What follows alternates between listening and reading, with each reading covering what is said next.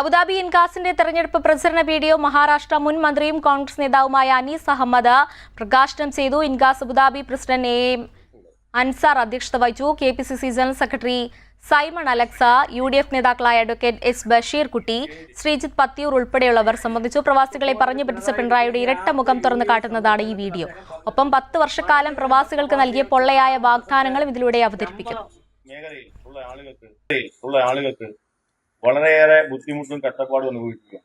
തീർച്ചയായിട്ടും നമ്മുടെ ദേശീയ ഗവൺമെന്റ് മാത്രം 2016 ഡിസംബറിലെ ഒരു തണുത്ത രാത്രി ദുബായ് മീഡിയ സിറ്റി ഗ്രൗണ്ടിലേക്ക് ജനങ്ങൾ ഒഴുകിയെത്തുന്നു. മുഖ്യമന്ത്രിയായ ശേഷം ശ്രീ പിണറായി വിജയൻ്റെ ആദ്യ UAE സന്ദർശനം. പ്രതീക്ഷയോടെ എത്തിയവരിൽ സഖാക്കൾ മാത്രമല്ല, സമൂഹത്തിൻ്റെ വിവിധ തുറകളിലുള്ളവരുണ്ടായിരുന്നു. എല്ലാവരും വലിയ പ്രതീക്ഷയിലായിരുന്നു. പിണറായി സഖാവ് PR ടീം എഴുതിക്കൊടുത്ത വാഗ്ദാനങ്ങളുടെ കെട്ടഴിക്കുന്നു.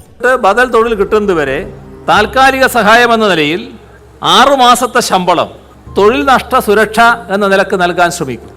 പ്രായമായവരുണ്ട്, ശാരീരികമായി അയോഗ്യത സംഭവിച്ചവരുണ്ട്. അങ്ങനെയുള്ള ആളുകളുടെ കാര്യത്തിൽ സ്പെഷ്യൽ പെൻഷൻ പദ്ധതി ഏർപ്പെടുത്താൻ കഴിയുമോ എന്ന് നോക്കൂ. എല്ലപ്പ ഇവർ ഇതും പറഞ്ഞ് പോയിട്ടിടാ 10 വർഷമായി, ശമ്പളവും ഇല്ല, ജോലിയും ഇല്ലാതെ ഒരവസ്ഥയായിപ്പോയി. എന്നാ ചെയ്യാ? One anchor every week, 20 years, 1,000 episodes on one TV channel.